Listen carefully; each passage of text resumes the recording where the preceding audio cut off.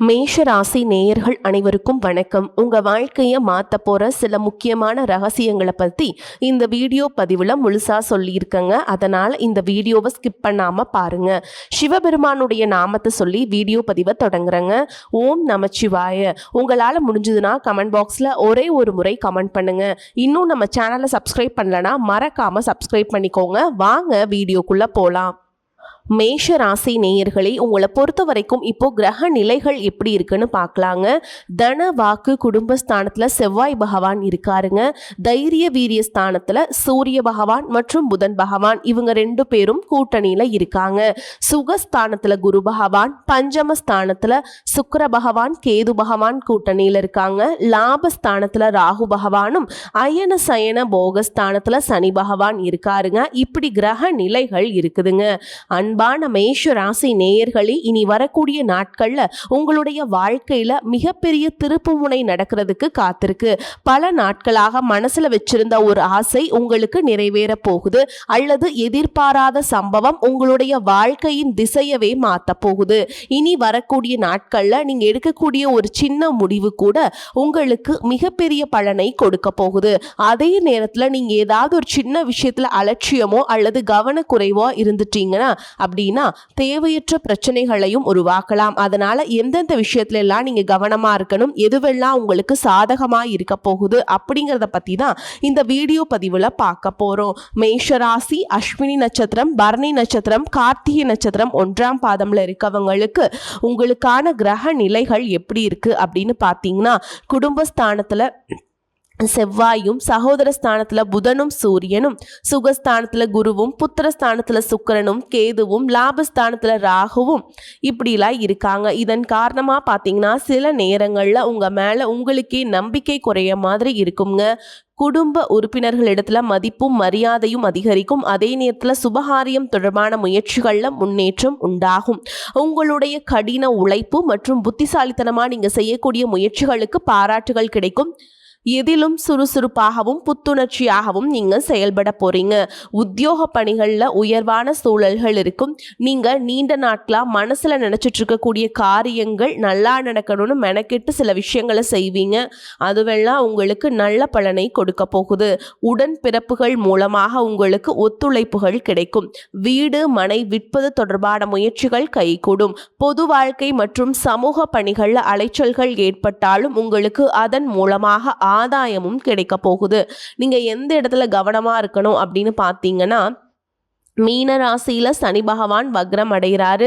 உங்க ராசிக்கு 10, 11ஆம் இடங்களுக்கு அதிபதியான சனி பகவான் தொழில் ஸ்தானம் மற்றும் லாபஸ்தானத்திற்கு அதிபதியா இருக்காரு. அவர் வக்ரம் அடைவது உங்களுக்கு நல்லதல்ல. அதே சமயத்துல குருவின் பார்வை சனி மீது பதியறதுனால அதன் கடுமையும் குறையும். எனவே தொழில் இருந்த குறுக்கீடுகள் உங்களுக்கு படிப்படியாக குறையும். சனியின் பார்வை 2, 6, 9 இடங்கள்ல பதியுதுங்க. வக்ரம் பெற்ற சனியின் பார்வை அப்படிங்கிறதுனால குடும்பத்துல சில குழப்பங்கள் ஏற்பட்டு அகலும். நிம்மதி கிடைக்கிறதுக்கு குலதெய்வ பிரார்த்தனைகளையும் இஷ்ட தெய்வ பிரார்த்தனைகளையும் நீங்க மேற்கொள்வது நல்லது. வேலையை பொறுத்த வரைக்கும் பார்த்தீங்கன்னா ஊதிய உயர்வும் பதவி உயர்வும் எதிர்பாராத நேரத்துல உங்களுக்கு கிடைக்க போகுது.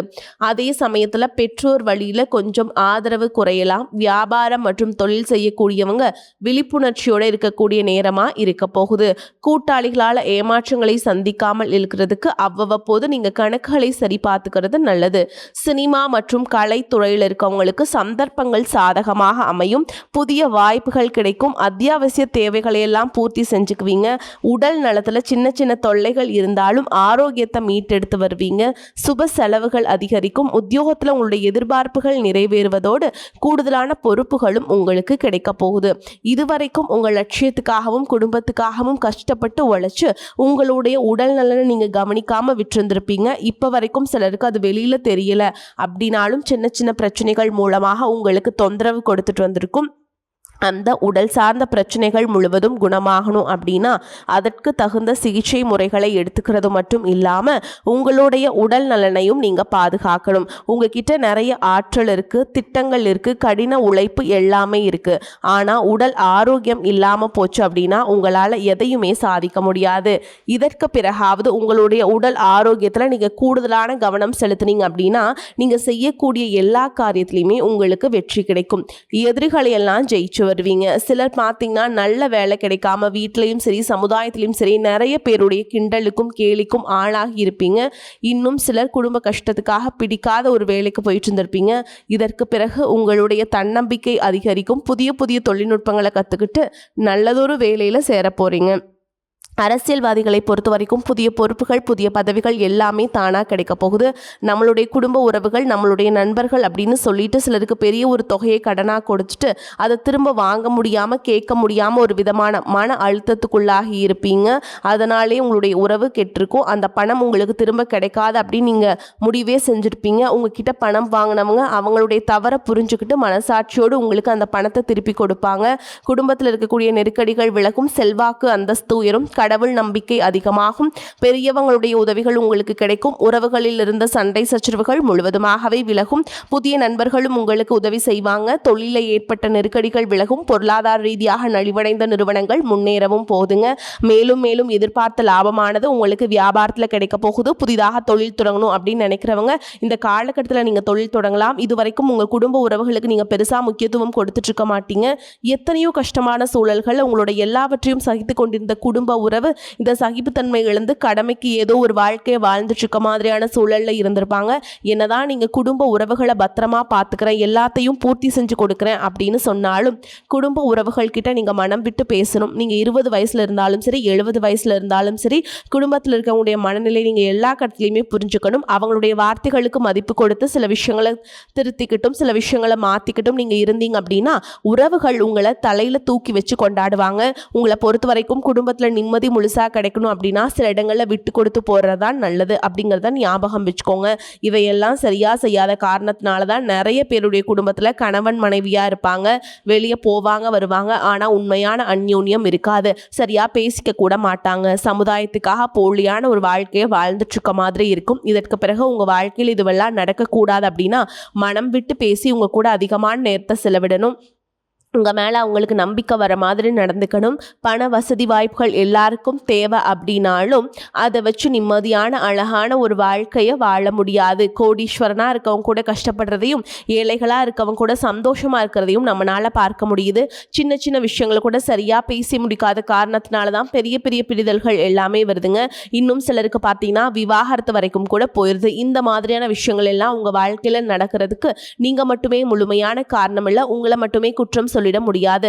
சில கிரகங்களுடைய பார்வை தசா புத்தியினுடைய பலன்கள் காரணமாகவும் இதுவெல்லாம் நடக்கும். சில ஜோதிட சூட்சமங்களை எல்லாம் நீங்க புரிஞ்சுக்கிட்டு சரியான விஷயங்களை மட்டும் செஞ்சீங்க அப்படின்னா உங்களுடைய வாழ்க்கையிலும் நல்லது நடக்கும். நீங்க விவாகரத்து வாங்கியிருந்தா கூட 2 பேருடைய உள்ளத்திலும் தூய்மையான புரிதல் வர வரைக்கும் உண்மையா நடந்துக்கங்க. உங்க வாழ்க்கையில நடந்த சம்பவங்கள் எந்த மாதிரி சிச்சுவேஷன்ல நடந்துச்சு அப்படின்னு மற்றவங்க சூழல்ல இருந்து உணர்வு பூர்வமா நினைச்சு பாருங்க. நிச்சயமா உங்க மனசுக்குள்ள மிகப்பெரிய மாற்றம் வரும். இந்த மாற்றத்தின் காரணமா குடும்ப உறவுகள் மீண்டும் சேர்வாங்க. இதுவெல்லாம் உடனே நடக்கல அப்படின்னாலும் சில மாதங்கள்ல ஒன்றா சேர்வதற்கான வாய்ப்புகள் இருக்கு. இந்த வாய்ப்புகள் சரியாக அமையும் போது நீங்கள் அதை பயன்படுத்திக்கிட்டீங்கன்னா உங்களுடைய வாழ்க்கை உங்களுக்கு பிடிச்ச மாதிரியே மாறும். உங்களுடைய முன்னேற்றத்தை தடுக்கிறதுக்கும் உங்களை அவமானப்படுத்துறதுக்கும் இங்கே நிறைய பேர் கூடவே இருந்துட்டு முயற்சி பண்ணிகிட்ருக்காங்க. ஆனாலும் அவங்களுடைய சதிகளையும் சூழ்ச்சிகளையெல்லாம் தாண்டி இப்போ வரைக்கும் ஓரளவுக்கு நீங்கள் நல்லா இருக்கீங்க அப்படின்னா உங்ககிட்ட இருக்கக்கூடிய நல்ல எண்ணங்களும் கடவுள் பக்தியும் இதுவரைக்கும் நீங்கள் செஞ்ச தர்ம காரியங்களும் தான் உங்களை காப்பாற்றிக்கிட்டு இருக்கு. இதுக்கு முன்னாடி நல்ல நண்பர்களாக இருந்திருப்பாங்க, நல்ல உறவுகளாக இருந்திருப்பாங்க. அவங்களே தன்னுடைய சுயநலத்துக்காக துரோகங்களை எல்லாம் செஞ்சு உங்களுடைய வாழ்க்கையை கெடுக்கணும் அப்படின்னு நினைக்கும் போது இந்த உலகத்தில் யார் நல்லவங்க யார் கெட்டவங்க யாரை நம்புறது அப்படிங்கிறது தெரியாம தான் நீங்கள் புலம்பிட்டு இருக்கீங்க. ஒரு வகையில் இந்த மாதிரி விஷயங்கள் உங்களுக்கு கஷ்டத்தை கொடுத்தாலும் இப்போவாவது இவங்க நம்ம மேலே எவ்வளவு பொறாமையோடவும் வன்மத்தோடவும் இருக்காங்க அப்படிங்கிறத ஓரளவுக்கு நீங்கள் புரிஞ்சிருப்பீங்க. இதையெல்லாம் தெரிஞ்சும் கூட நீங்கள் என்னமோ பண்ணுங்கள், எத்தனையோ நல்லது செஞ்ச எனக்கு மனசாட்சிக்கு விரோதமாக தப்பு செய்கிறீங்க அப்படின்னா அந்த கடவுள் உங்களுக்கு நிச்சயமாக மிகப்பெரிய தண்டனையை கொடுப்பார் அப்படின்னு தான் கடவுள்கிட்ட உங்களுடைய வேண்டுதலை எல்லாம் வச்சுட்டு கடந்து போயிட்டுருக்கீங்க. இப்போ இருக்கக்கூடிய சூழலில் தான் உண்டு தான் வேலை உண்டு அப்படின்னு தான் இருக்கீங்க. இருந்தாலும் உங்களுடைய கஷ்டத்தையும் கண்ணீரையும் மற்றவங்களுக்கு தெரியாத மாதிரி தான் பார்த்துட்ருக்கீங்க. உங்களுடைய வாழ்க்கை உங்களை எப்படி புரட்டி போட்டாலும் முடக்கி வச்சாலும் நீங்கள் எப்பவும் போல் சாதாரணமாக இருக்கிறதுனால உங்களை சுற்றி இருக்கவங்க எல்லாருமே இவங்களுக்கு என்னப்பா ஜாலியான வாழ்க்கை வாழ்கிறாங்க, இவங்க கிட்ட என்ன குறை அப்படின்னு சொல்லுவாங்க. ஆனால் மனசில் நிம்மதி இல்லாமல் சரியாக சாப்பிட முடியாமல் அவ்வளவு ஏங்க நிம்மதியாக தூங்க முடியாமல் கூட நீங்கள் எவ்வளவு கஷ்டப்படுறீங்க அப்படிங்கிறது உங்களுக்கும் அந்த கடவுளுக்கு மட்டும்தாங்க தெரியும். இந்த மாதிரி உங்கள் வாழ்க்கையில் திடீர்னு ஒரு பிரச்சனை, உடம்பு சரியில்லை, ஹாஸ்பிட்டலில் பெருசாக செலவு வந்துடுச்சு, குடும்பத்தில் அவசர தேவைக்கு பணம் பத்தலை, பிஸ்னஸ் லாஸ் ஆயிடுச்சு அப்படின்னு உங்கள் வாழ்க்கை முடிஞ்சிருச்சுன்னா கூட நீங்கள் உங்களுக்கு உதவி செய்கிறதுக்கோ ஆறுதலாக 4 வார்த்தை பேசுகிறதுக்கோ அவ்வளவு ஏங்க திரும்பி பார்க்க கூட உண்மையான ஆள் கிடையாதுங்க. ஆனால் நீங்களாவே ஏதோ தடுமாறி எந்திரிச்சு நிற்கிறப்போ உங்களை குறை சொல்கிறதுக்குனே நிறைய பேர் தேடி வருவாங்க. உங்கள் சொந்தக்காரங்க தெரிஞ்சவங்க அப்படின்னு எல்லாரும் தேவைக்கு மட்டும்தான் உங்களை பயன்படுத்திக்கிறாங்க. இதையெல்லாம் தெரிஞ்சதுக்கப்புறமும் மறுபடியும் அவங்களுக்கெல்லாம் உதவி செஞ்சு ஏமாறக்கூடியவங்களாக தான் நீங்கள் இருக்கீங்க. இந்த வாழ்க்கையில் எப்படியாவது முன்னேறணும் அப்படிங்கிறதுக்காக தினம் தினம் கஷ்டப்பட்டு உழைக்கிறீங்க. இது நாள் வரைக்கும் என்னுடைய மனசாட்சிக்கு தெரிஞ்சு நான் யாருக்கும் எந்த கெடுதலையோ கஷ்டத்தையோ துன்பத்தையோ கொடுத்ததில்லை, எனக்கு மட்டும் ஏன் இந்த மாதிரி இந்த வாழ்க்கையில் இப்படி நடக்குது அப்படின்னு ஆதங்கப்படுறது உண்மைதாங்க. என்ன இருந்தாலும் உங்களுக்கு இவ்வளவு கஷ்டங்கள் ஆகாது. இந்த மாதிரி பிரச்சனைகள் உங்கள் வாழ்க்கையில் வரும், கொஞ்ச நாளுக்கு அப்புறம் அது போயிடும். நிறைய நேரங்களில் பார்த்தீங்கன்னா உங்களால் எந்த பிரச்சனைகளும் வராது, ஆனால் உங்களை சுற்றி இருக்கவங்க மூலமாக தான் உங்களுக்கு நிறைய பிரச்சனைகள் வருது அப்படிங்கிறத இப்போவாவது கொஞ்சம் புரிஞ்சிருப்பீங்க. இவ்வளவு நடந்ததுக்கப்புறம் இனி என் வாழ்க்கை மாறுமா அப்படின்னு நீங்கள் கேட்குற கேள்விகளுக்கெல்லாம் பதிலாதாங்க இனி வரக்கூடிய கிரக நிலைகள் மற்றும் அந்த இயக்கத்தின் காரணமாக உங்களுக்கு நல்ல பலன்கள் எல்லாமே கிடைக்க போகுதுங்க. இது நாள் வரைக்கும் நடந்த கெட்ட விஷயத்தை எல்லாமே விட்டுருங்க. இனி வரக்கூடிய நாட்களில் உங்களுக்கு எந்த மாதிரி நன்மைகள் கிடைக்க போகுது அப்படிங்கிறத பற்றி தான் இந்த வீடியோ பதிவில் பார்க்க போகிறோம். முதலாவதா மீனராசியில் இருக்கக்கூடிய சனி பகவான் உங்களுக்கு ஆரம்பத்தில் சில தடைகளை கொடுத்திருந்தாலும் இந்த வருடத்தின் இறுதிக்குள்ள உங்களுக்கு நல்ல பலன்களை எல்லாம் கொடுக்க போறார், தடைகளை எல்லாம் விளக்க போறார். இதன் மூலமாக பொருளாதார ரீதியாக உங்களுக்கு நல்ல முன்னேற்றம் அப்படிங்கிறது விரைவிலேயே ஏற்பட போகுதுங்க. அடுத்ததாக பார்த்தீங்கன்னா சுக்கிர பெயர்ச்சி, புதிதாக வீடு வாகனங்கள் எல்லாமே வாங்குவீங்க. ஆரம்பத்தில் பொருளாதாரத்தில் ஏற்ற இறக்கங்கள் இருந்தாலும் இந்த வருடம் முடியும் பொழுது குறிப்பிட்ட அளவுக்கு நீங்க சொத்து சேர்த்து வச்சிருப்பீங்க. குரு பகவான் மிதுன ராசியிலிருந்து தன்னுடைய உச்ச ராசியான கடக ராசிக்கு போகும் பொழுது கஜ கேசரி யோகமும் உண்டாக போகுது. இந்த நேரத்தில் உங்க நிதி நிலைமை ரொம்பவே முன்னேற்றமாக இருக்கும். குழந்தை பாக்கியம் இல்லை அப்படின்னு கவலைப்பட்டு இருக்கவங்களுக்கு நிச்சயமா குழந்தை பாக்கியம் உருவாகும். அவங்களுடைய உடல் நலனில் எவ்வளவு பிரச்சனைகள் இருந்தாலும் அதையெல்லாம் சரி செஞ்சு இந்த பாக்கியத்தை அடைய போறீங்க. குடும்பத்திலையும் மனதிலையும் மிகப்பெரிய மகிழ்ச்சி நிரந்தரமாக இருக்க போகுது. படிக்கக்கூடிய மாணவர்களுக்கும் கல்வி ரொம்பவே சிறப்பாக இருக்க போகுது. அடுத்ததாக பார்த்தீங்கன்னா நவம்பர் மாதத்தில் ஏற்படக்கூடிய ராகு கேது பயிற்சியில் குடும்பம் மற்றும் தொழிலில் திடீர் மாற்றங்களும் திருப்பங்களும் ஏற்பட போகுது. நீண்ட நாளாக நிறைய பேர் உடல் நலம் சார்ந்த பிரச்சனைகளில் முடங்கி கிடந்திருப்பாங்க, நடக்கிறதுக்கே ரொம்பவே சிரமப்பட்டு இருந்திருப்பாங்க. அந்த பிரச்சனை எல்லாமே முழுவதுமாக நிவர்த்தியாக போகுது. கடந்த காலகட்டங்களில் உங்களுக்கு நல்லதொரு வேலை கிடைச்சிருக்காதுங்க. குடும்ப கஷ்டத்திற்காக குறைவான சம்பளத்தில் பிடிக்காத வேலையை செஞ்சு இருந்திருப்பீங்க. உங்களை பொறுத்த வரைக்கும் பிஇ படிச்சிருப்பீங்க, டிகிரி படிச்சிருப்பீங்க. சில பேர் தன்னுடைய கல்வி தகுதிக்கு சரியான வேலை கிடைக்கல அப்படின்னு ரொம்பவே ஆதங்கப்பட்டு இருந்திருப்பீங்க. வரக்கூடிய நாட்களில் நீங்கள் சரியான முயற்சிகளை எடுத்தீங்க அப்படின்னா அரசாங்க வேலைக்கு நீங்கள் முயற்சி பண்ணாலும் உங்களுக்கு அரசாங்க வேலை கிடைக்குங்க. பேங்க் வேலையோ ஐடி கம்பெனியோ அல்லது தனியார் நிறுவனங்களோ உங்களுக்கு மனசுக்கு பிடிச்ச மாதிரியான நல்ல வருமானத்தோடு வேலை கிடைக்கக்கூடிய சூழலும் இருக்கு.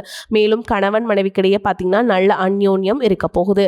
இதுவரைக்கும் இருந்த மன கஷ்டங்கள் எல்லாம் நீங்கி ஒற்றுமையோடு இருக்க போறீங்க. சொத்து மற்றும் பல பிரச்சனைகள் காரணமாக நீதிமன்றத்தில் ஏதாவது வழக்குகள் இருக்குது அப்படின்னா கூட அதுவெல்லாம் உங்களுக்கு சாதகமாக மாறும். அதிலும் சொத்து விஷயத்தில் சனி பகவானுடைய பார்வை உங்களுக்கு நேரடியாக இருக்கிறதுனால சில தடைகளை கடந்து வரும்பொழுது உங்களுக்கு அந்த சொத்தானது நிச்சயமாக கிடைக்கும். இது வரைக்கும் நீங்கள் வேலை செஞ்சுட்டு இருக்கக்கூடிய இடத்துல சரியான ஒத்துழைப்பு இருந்திருக்காது, முழு ஈடுபாட்டோடு வேலை செய்ய முடியாத அளவுக்கு சில பிரச்சனைகள் எல்லாமே இருந்திருக்கும். இனி வரக்கூடிய காலங்களில் உடன் வேலை செய்கிறவங்க மூலமாக உங்களுக்கு நல்ல ஆதரவு கிடைக்கும். சந்தோஷமாக அந்த வேலையை செய்வீங்க. வேலையில் உங்களுக்கு பண பலன்கள் ஏதாவது வராமல் இருந்துச்சுன்னா அந்த பண பலன்கள் எல்லாமே உங்களுக்கு வெகு சீக்கிரத்தில் கிடைக்கும். அரசு வேலையில் இருக்கக்கூடியவங்க சட்டத்திற்கு புறம்பாக எந்த ஒரு காரியத்திலையுமே ஈடுபடாமல் நேர்மையாக நடந்து கொள்வது நல்லதுங்க. பொது வாழ்க்கையில் இருக்கவங்களுக்கு நீங்கள் எதிர்பார்த்ததை விட மிகப்பெரிய நிலையை அடைய போறீங்க. தொழில தடைகள் ஏதாவது இருந்துச்சுன்னா அந்த தடைகள் எல்லாம் விலகிறது மட்டும் இல்லாமல் புதிய கிளைகளையும் தொடங்குவீங்க. உங்களுடைய உற்பத்தி அதிகரிக்கும், தொழிலை விரிவு செய்வீங்க. வரக்கூடிய நாட்களில் உங்கள் விற்பனை அதிகமாகும். ஏற்றுமதி இறக்குமதி தொழிலெல்லாம் உங்களுக்கு நல்ல லாபம் கிடைக்கும். நீங்கள் செய்யக்கூடியது சின்ன தொழிலோ பெரிய தொழிலோ அதுவெல்லாம் உங்களுக்கு நல்ல வளர்ச்சியை கொடுக்கும் அப்படிங்கிறது நீங்கள் ஞாபகம் வச்சுக்கோங்க. இனி வரக்கூடிய காலங்களில் எல்லாமே உங்களுடைய கனவுகளை நிஜமாக்கக்கூடிய நாட்களாக இருக்க போகுது.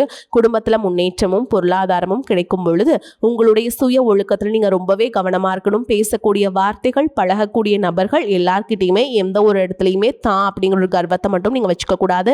மற்றவர்களை குறையாக பேசுகிறதோ, மட்டம் தட்டி பேசுகிறதோ, அதை காயப்படுத்துகிற மாதிரி பேசுகிறதோ, பொது இடங்களில் பேசிடக்கூடாதுங்க. நீங்களும் சரி, உங்களை சுற்றி இருக்கவங்களும் சரி, எப்போவுமே பாசிட்டிவான எண்ணங்கள் இருக்கணும். அப்படின்னா எதிர்காலத்திற்கான நல்ல திட்டமிடுதல் எப்போவுமே அவசியம். அதனால் நீங்கள் எந்த ஒரு விஷயத்தை செய்யும் போதும் எதிர்காலத்திற்கு இது எனக்கு எந்த மாதிரியான பலன்களை கொடுக்கும் அப்படிங்கிறத மனசில் வச்சுக்கிறதும் அவசியம். இதை நீங்கள் சரியாக செஞ்சுட்டு வந்தீங்கன்னா பெரியவங்களுடைய உதவி கிடைக்கும். உறவுகளில் இருந்த சண்டை சிற்றர்கள் முழுவதுமாகவே விலகும். புதிய நண்பர்களும் உங்களுக்கு உதவி செய்வாங்க. தொழிலில் ஏற்பட்ட நெருக்கடிகள் விலகும். பொருளாதார ரீதியாக நலிவடைந்த நிறுவனங்கள் மீண்டும் முன்னேற போகுதுங்க. அதனால் வரக்கூடிய வாய்ப்புகளை தவற விடாமல் கெட்டியாக பிடிச்சிட்டிங்கன்னா வாழ்க்கையில் முன்னேறி போயிட்டே இருக்கலாங்க. வாழ்த்துக்கள். வாழ்க வளமோடு நலமோடு. நன்றி, வணக்கம்.